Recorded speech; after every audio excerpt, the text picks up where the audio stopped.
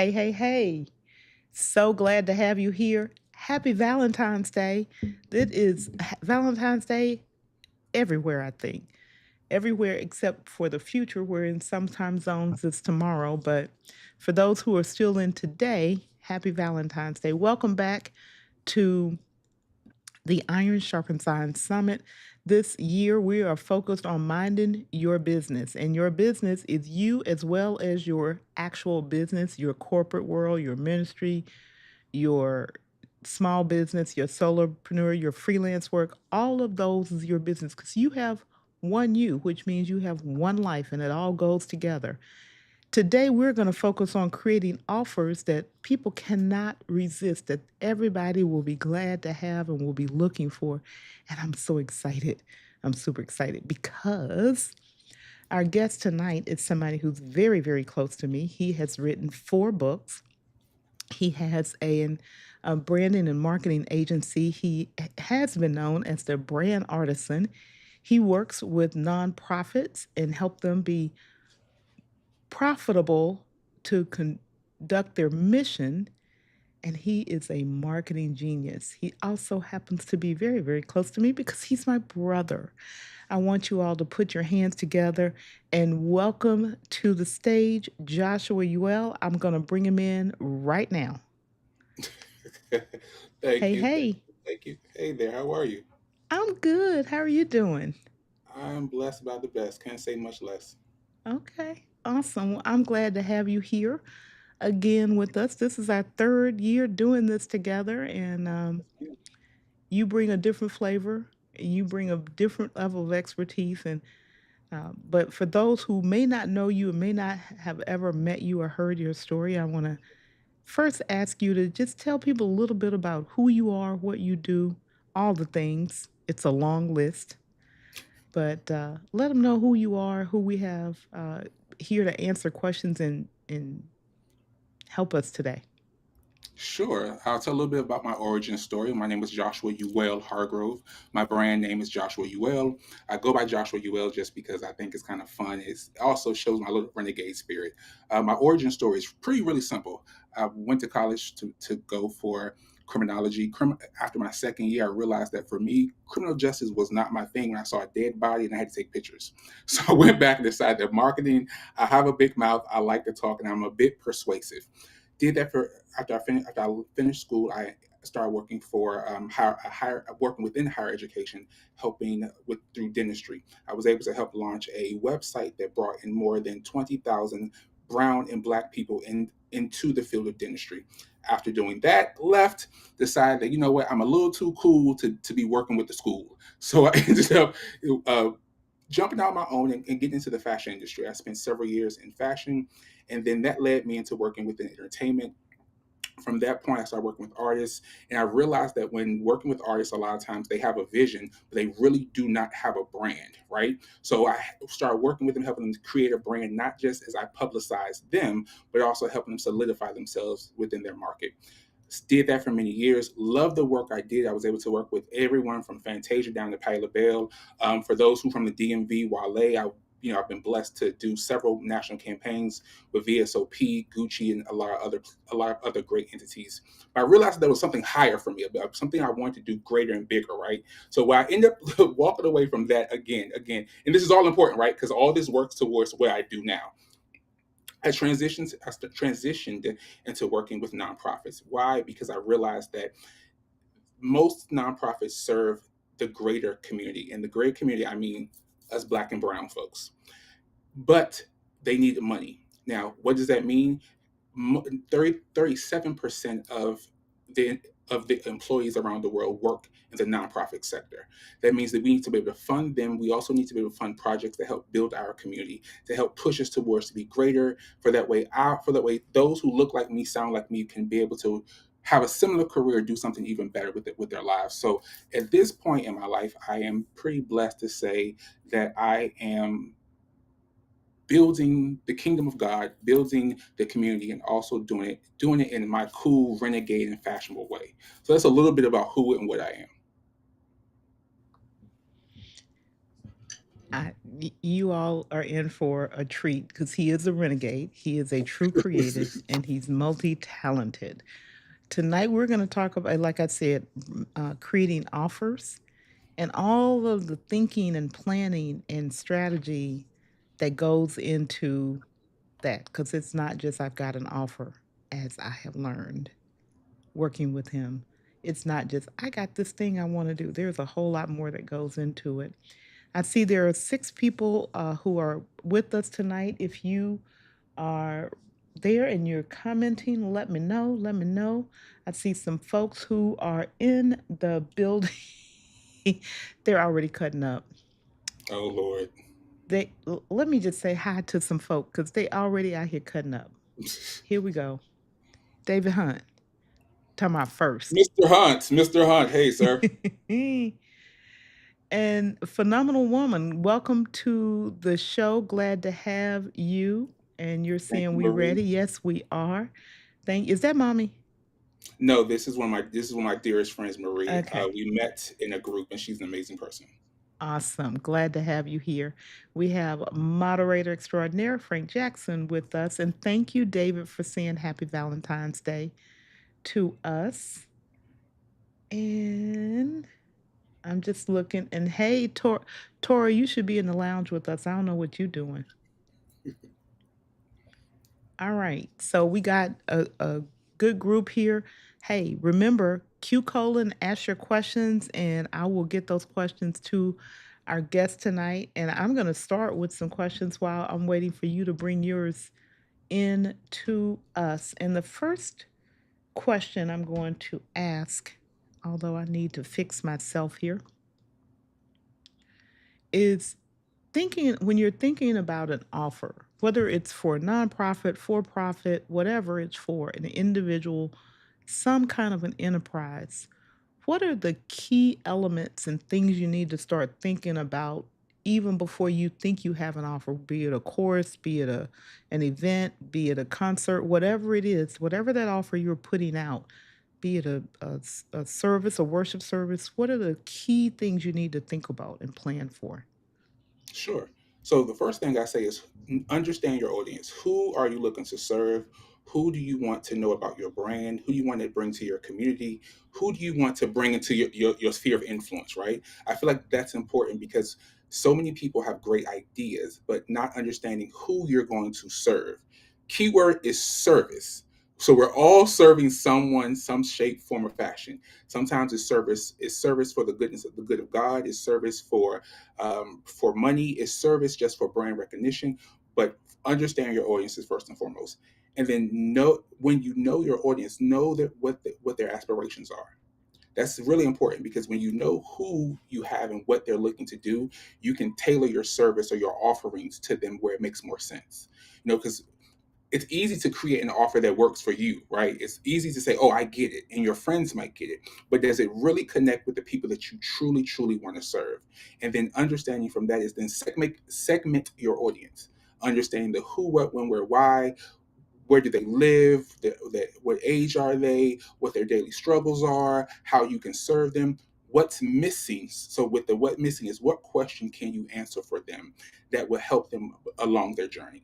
Those are the easiest way to begin to serve your audience. And then from there we can talk about clarifying your value proposition, understand your brand's positioning, and that goes a little deeper, right? Because now when you understand your brand's positioning, that follows, and then if you are the brand, right, and within your industry, your niche, where do you fall? So we're looking at healthcare, for example, or no, us say we're looking at CVS, and you want to open your own store. CVS would be the top tier, right? The mom and pop would be the bottom base of your brand's positioning, and you're saying, okay, well, I'm not quite here, but I am a little bit better than your local mom and pop store. So understanding where you fall within your brand, your industry, and your niche, and knowing how to serve that demographic. Awesome. We have quite a number of folks who are in the audience today, and it- they're in different niches. David is a songwriter and artist. Tornado is ministry and marketing. For example, and so understanding where they fit. What I'm taking away is understanding where they fit within the niches that they are working in. Yes. Right. Okay. Awesome. So you said understand your audience. How do you go about identifying who your audience is? E- I say it's easy, but it's really, really not easy. First of all, I would say if you're looking to find your audience, who would you love to serve? Who are you looking to offer your products to or your services, right? That's kind of where you want to start. And we can say you can niche down, but I don't want to go there just yet. Just baseline. What's their age range? Where do they live? What questions can you answer for them, or what are they asking that no one's answering? Then once you understand that, then you can niche down and understand, and then go a bit deeper in understanding the industry and your own niche to say, okay, well, I want to serve individuals between the ages of 18 and 35.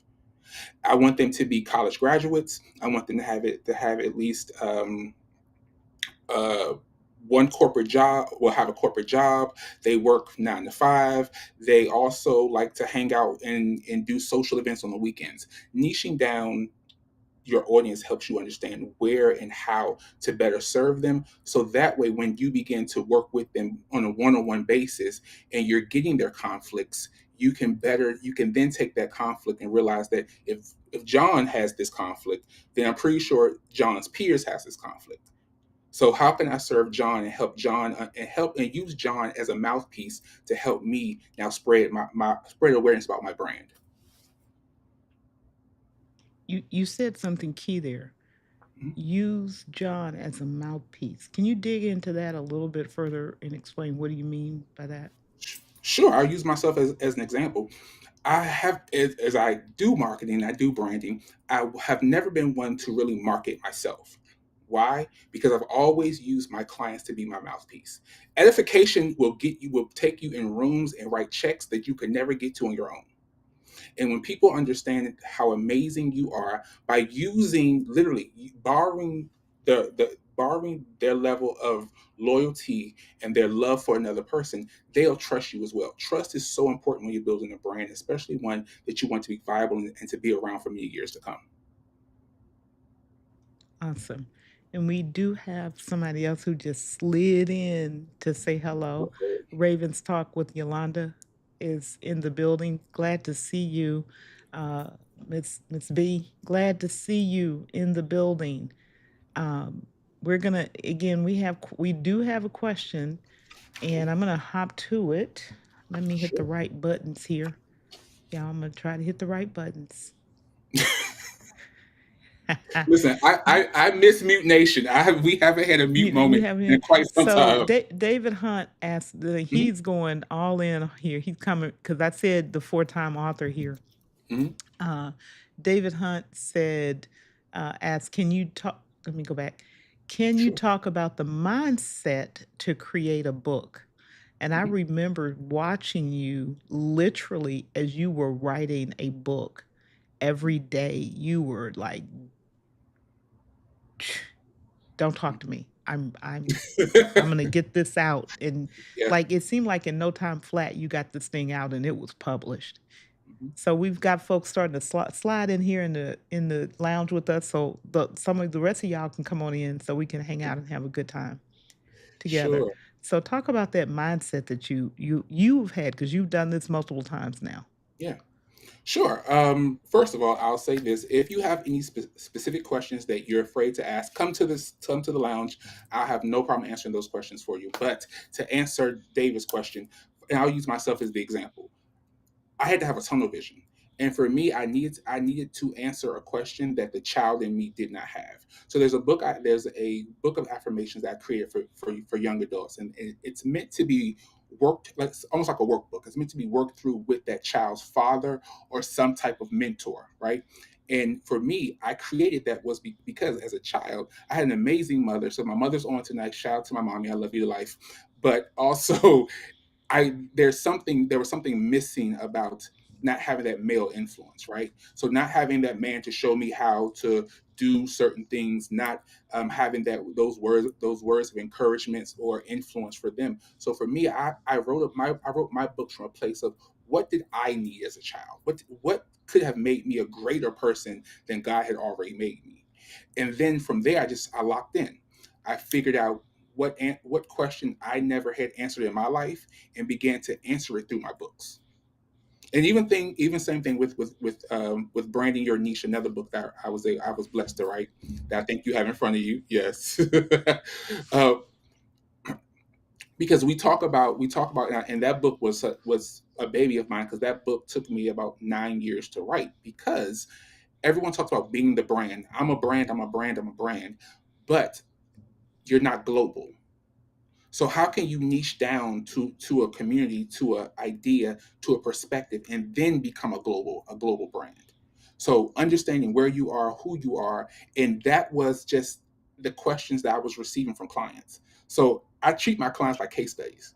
You know, as much as I love to work with them, but I also take the time to then go back and look at the notes that I have from our time together. What did we talk about? What did I not answer? What did they need me to answer? And then from there, I just began to collect all that data, and then I birthed my book from there. So I hope that answers your question, David. That's a very strong answer, and I will tell you all, this being one of his books, and if you go to my website and go to the book nook, you'll see it there. If you were, this is a workbook. Let me just say this: it is not a novel or a book that you just sit and read. It is a workbook full of, and he loves to do this. You having to answer the questions for yourself and get very clear. So if you're not ready to answer the questions, I'm just gonna say, because some of them are Because really hard. but but Some, Florence, because we are so close. You do know that I'm a big why person. I want to do so. Why do you want to do it? If you can explain to me why you want to do it, then we can make it happen. That's my philosophy. If you have a clear vision and you can articulate what it is you want to do, we can figure the how out.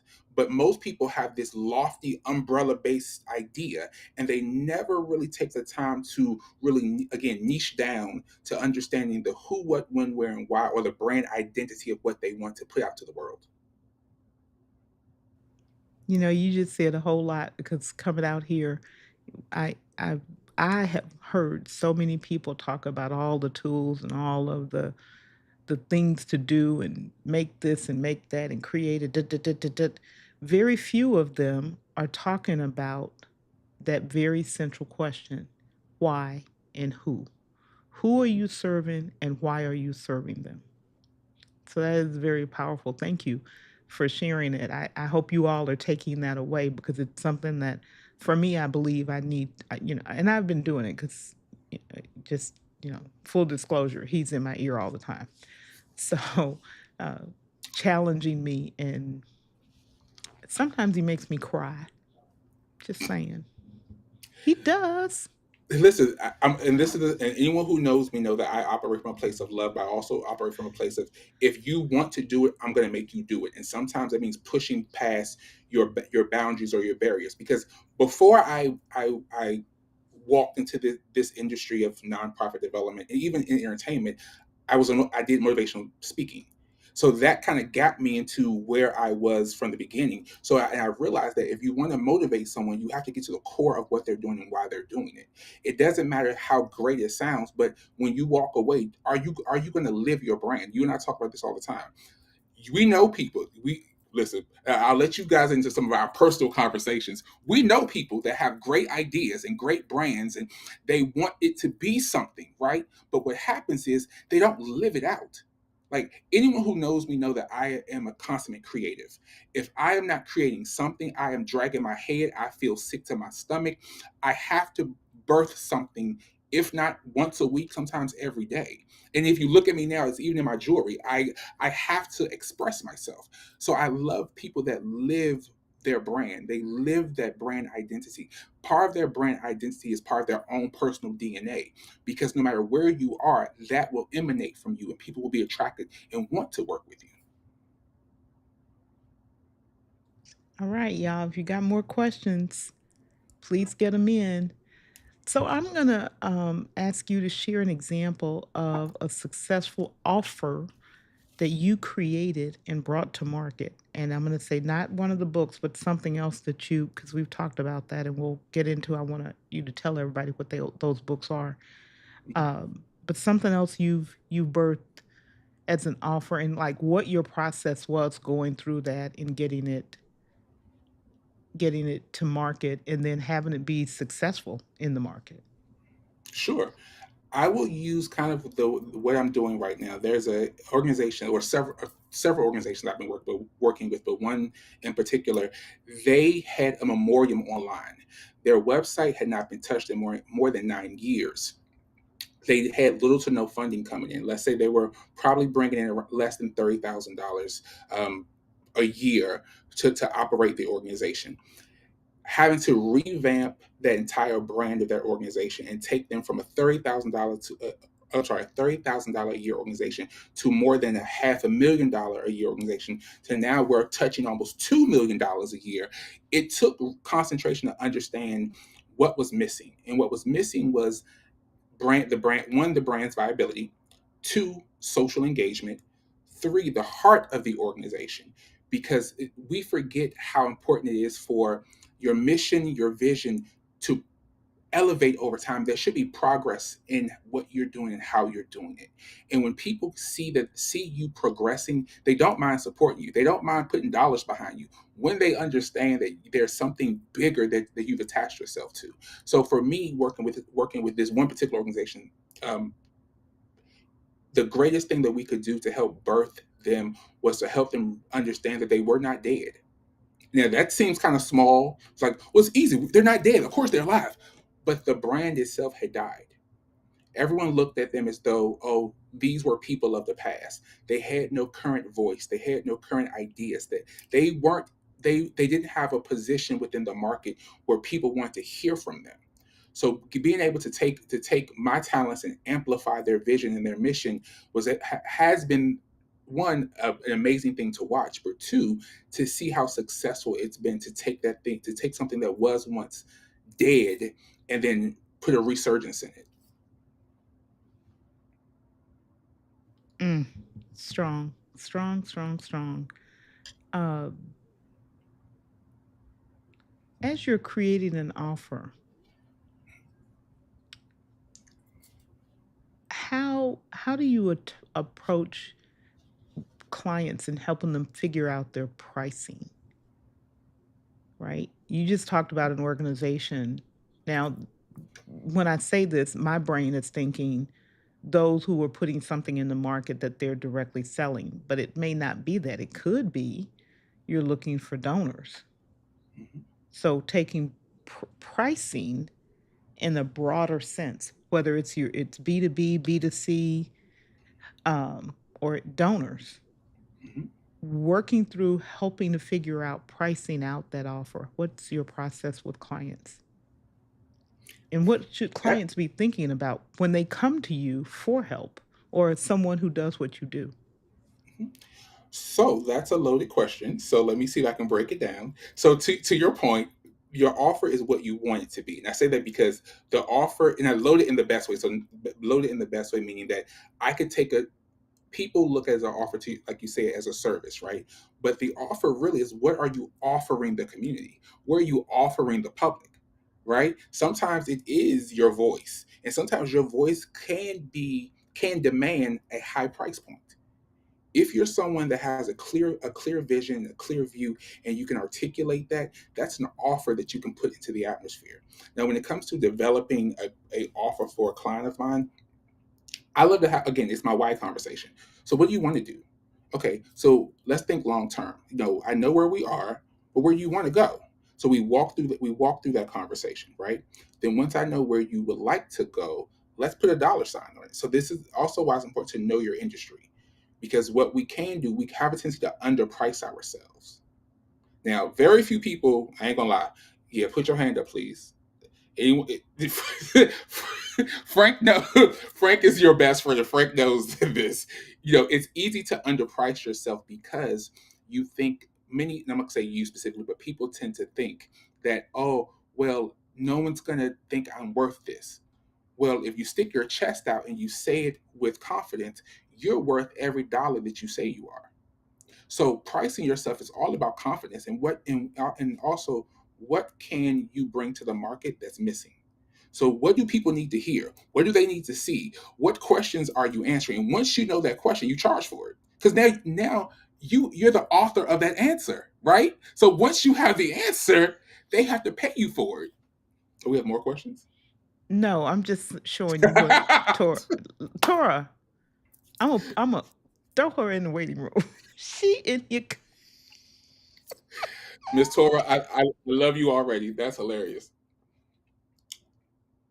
Yeah, but it's a thing though, and you're muted. You're muted. Mute nation. She has driven that little red car all the way up the driveway already. Hmm.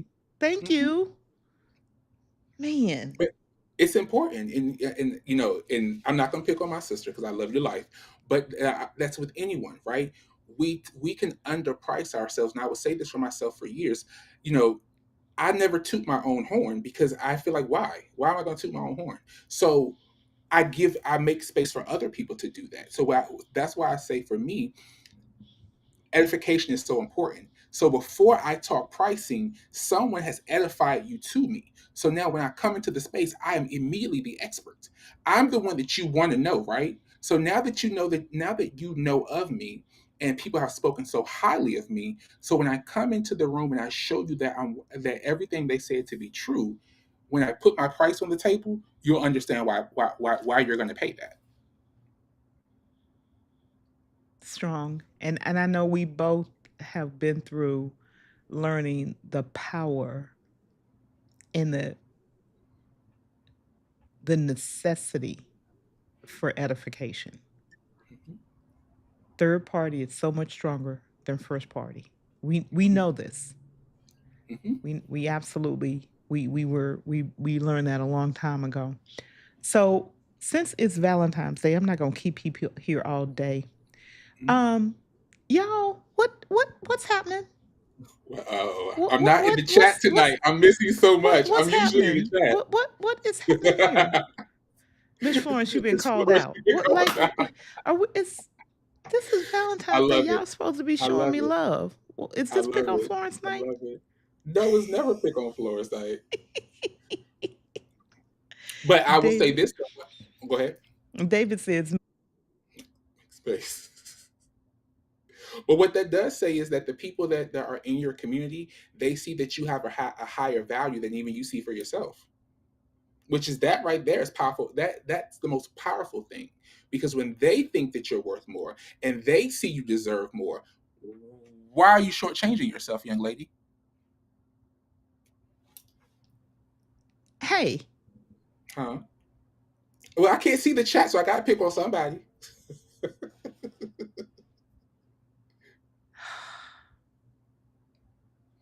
I really it's rare that I'm speechless. Right now, I'm a little bit speechless. So let's go ahead and get a question up. Thank you, Tora. Thank Sure. you for pulling me out of the fire. For those of us that think we know our audience, but possibly really don't, what's a powerful get back up there? What's a powerful question we should be asking our audience that we probably aren't asking? How can I serve you greater? Ooh, And in simple and which powerful ways have question. I two things? How can I serve you greater? In what ways have I not served you great enough? The second question was going to get you so much more because it's easy for people to give us our flowers, right?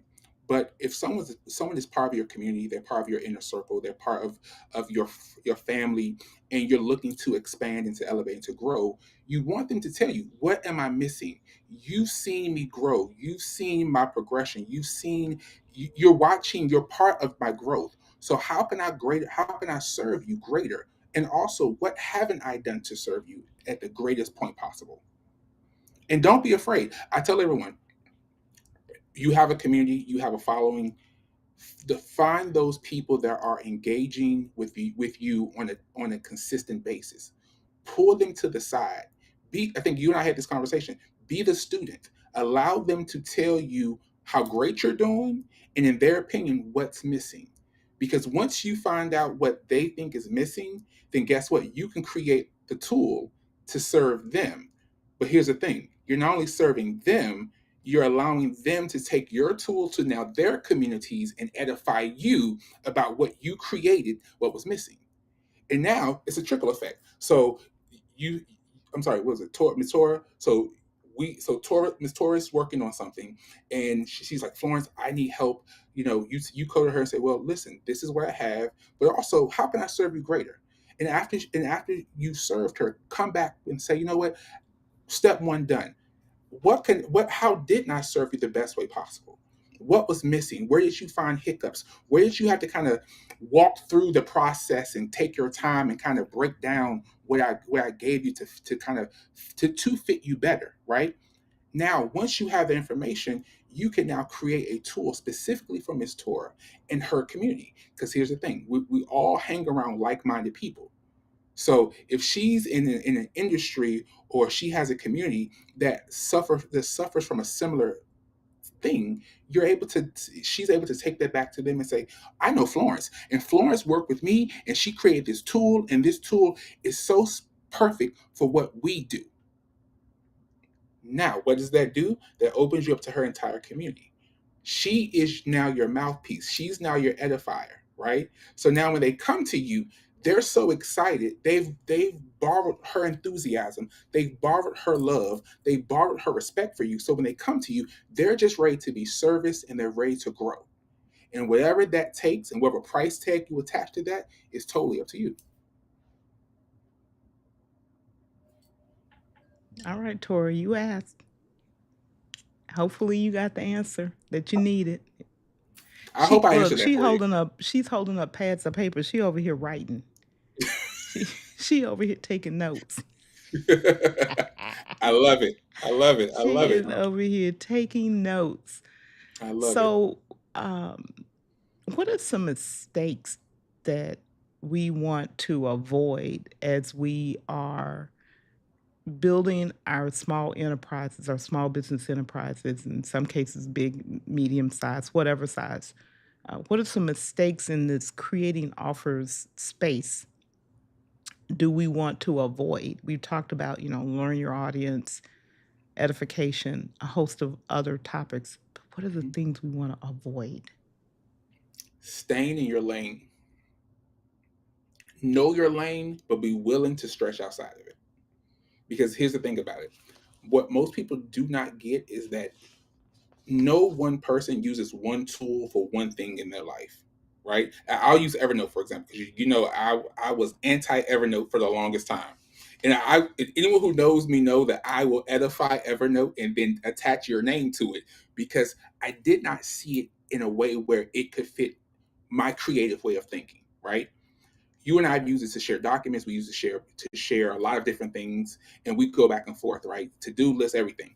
But also, I've learned how to use it for my day to day as well, understanding that that wasn't my lane. That was something that was a tool I was using to assist you in your lane. But when I realized that I could actually function in that lane, and I could thrive in that lane, and I could hit the gas and go, it was exciting. Because not only can I use it for what we do together, but also I can use it for organizing my ideas, and when I do my brainstorming, I'm trying to figure out what's the next creative thing I want to take on.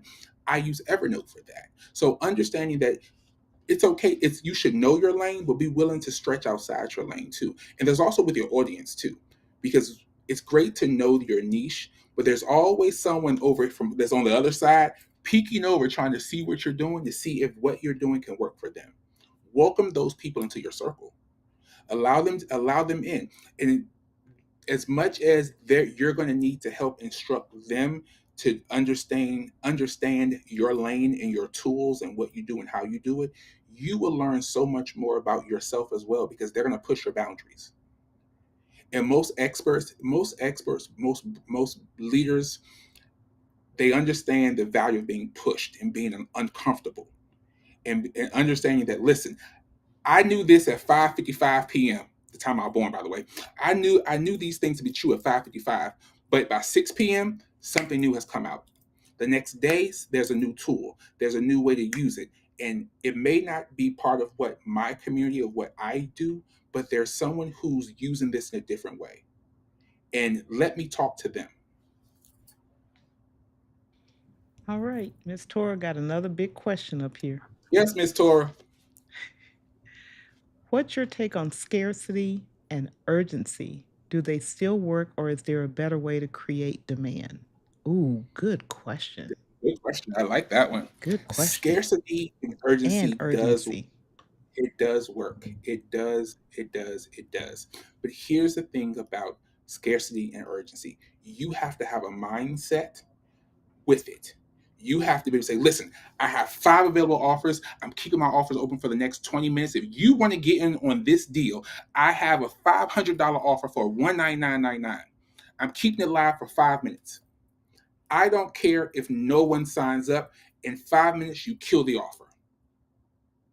Why? Because at the sixth, seventh minute, someone went to check to see how serious you really were. So the next time that you offer something, they'll come back and say, "Oh no, I can't play with Miss Torres offers because she gives you 5 minutes and 5 minutes only to pick that thing up." Too many times, what we do see on social media, and this is why I love social media, but then I want to. If social media was a person, I would wring its neck because people use the tease factor. They will tease you. You see it on commercials. If you're on YouTube right now, right? After this video, there's going to be another video. But between those videos, there's going to be some commercial. It's going to be someone offering something that's going to say, hey, you have 5 minutes to do the following things. We've seen that same commercial run for the last 500 days. That offer is still available no matter how long you wait to click on it. Let's go back to the days where we were people of our words, brands of our words, and we shut things down. When they realize that you're serious about your business, they will take their business serious. And that's what makes it sustainable. Yes. Yes, Because that was my second, sustainability. and is it Um, sustainable? oh, forgive me. I'm sorry. Sustainability happens, yes, because again, they know when you offer something, you are a person, you are a brand of your word. So if you say that, hey, I'm offering this, they don't put you on the back burner and say, oh, I'll get to it when I have time. There's a sense of urgency. It's FOMO. It's that fear of missing out, right? And no one wants to be left outside in the rain. So if you say, "Hey, I have this offer. This is what that offer entails. This is the time frame I'm going to give you to accept that offer." And if no one accepts it for the first few times, you continue to run with it because what you're doing is you're building your word, you're building your professionalism, you're building the fact that you are a no nonsense business. And there are too many times, again, we go on social media and we see people create these offers that we could go back and forth today and 60 days from now, and that same offer is still running. So yes, they actually do work. And I'll say this too. I've even done the scarcity offer with collecting donations. You'll be surprised that when you tell people that you have this time frame to donate, and if they do not donate within that set time frame, then everything goes away. People will do it because again, people are they're looking for tax breaks. They want to serve. They want to give greater to someone. They want to do something bigger and better, but they always feel like, oh, I'll get to it later. I have time to come back. No, you don't. Ms. Tora, not anymore. With your brand, they have no more time. If you say this is the offer, you create the time frame, and at the end of that time frame, you cut it. Tora, ma'am, he got you. Hey, we see Denise is in the building. No worries, lady. Glad that you hear this, and you are one who puts offers out. So I'm glad that you're here to hear this. And so my last question, if and as I ask this question, if you have a question, Q colon, get it in. And those who have registered to join us in the lounge, you can join. You should have gotten an email to give you the link so you know how to get here. And we're going to have a little bit of private time with our guest to ask those questions that maybe you're not going to ask them in public, and you're going to get an unfiltered answer from him. So those who are in the comments who have registered, come on in the lounge with us So here's the question I'm going to ask before we wrap this up. Oh, we got another question. So, two questions. What are some Okay. effective ways to communicate your offers to those that you're targeting, to your target audience? Your email list is your most powerful way of communication. 68% of all sales are done via email lists. That's where you want to build your community. That's where you want to begin to house your people. Also, because social media is fickle. We've seen a lot of things happen with TikTok and other social media platforms where people have lost their data. If you want to build your community, if you want to place these offers out, you make sure you own where that offer is housed. Let it be your website or let it be your email list. That is the best way to do it. One, because it takes let me get the figures right. It takes 3 clicks from one person on your email list for them to buy a product of yours. And that's 3 clicks from they click not just in the email, they click through your website, they click through your social media, or they click through whatever other platform you have for them. Let it be your own course section. After that, when they come back, they're looking now to purchase. So now hit them with the best offers you have.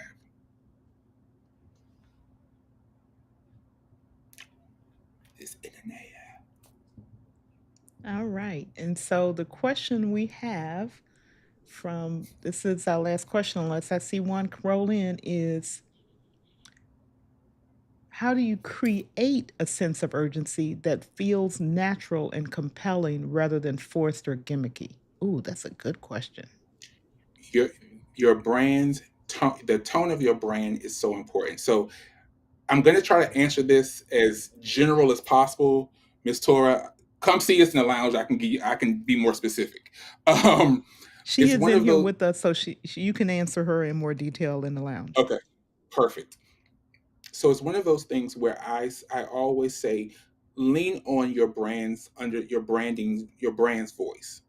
How does your brand come off? If you have a more in your face, more aggressive brand, then you speak in an aggressive tone. You speak in the tone that reflects your brand, because you do not want to be gimmicky, right? But you want them to know that you're not playing, that this is an offer, and guess what? It does have an expiration date, because your time is valuable. Your offers are valuable, right? So you want to let them understand. You want to express that in a way that's true to your branding, true to form, but also is no nonsense. And you can do that with flowers all over the pages, but you want to be very clear that this is a clear offer and it does expire.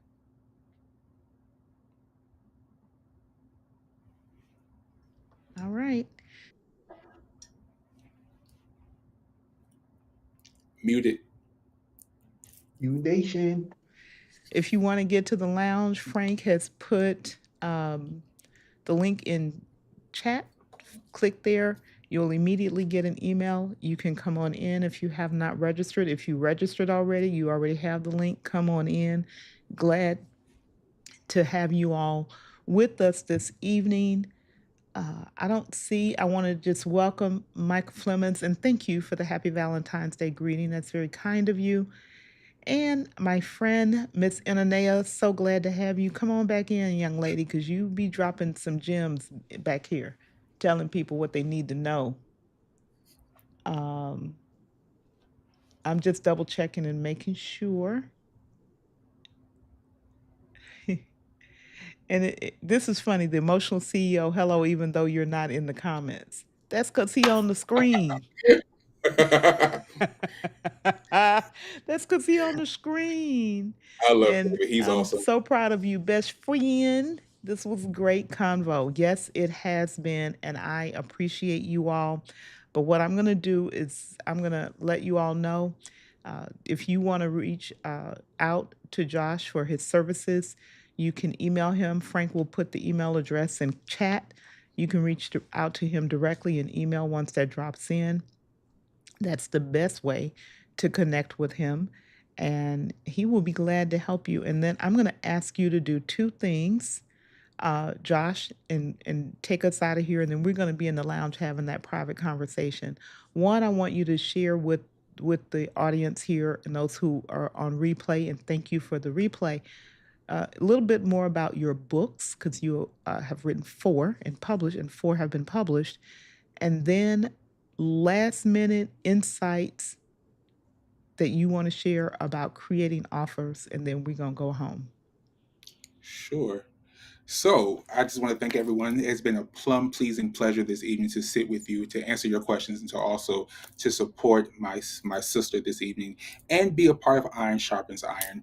I've been blessed to write four books. I believe that the books that I've written, everything from branding your own niche, until the power play planner, have were all designed out of a place of service. I wanted to offer things that I knew that was missing, or something that could answer a question that I needed as I was growing up, building my business, or understanding what it was to create a valuable and viable brand.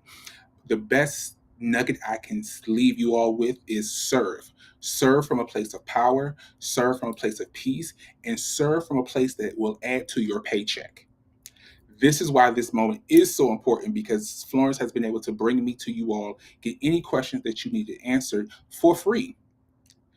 And you all have been able to come into the lounge and be a part of another community where I'm able to niche down and really help you get the questions that you're looking for and to answer those things for you. So I thank you for tonight. And I also will say this again: serve from a higher place.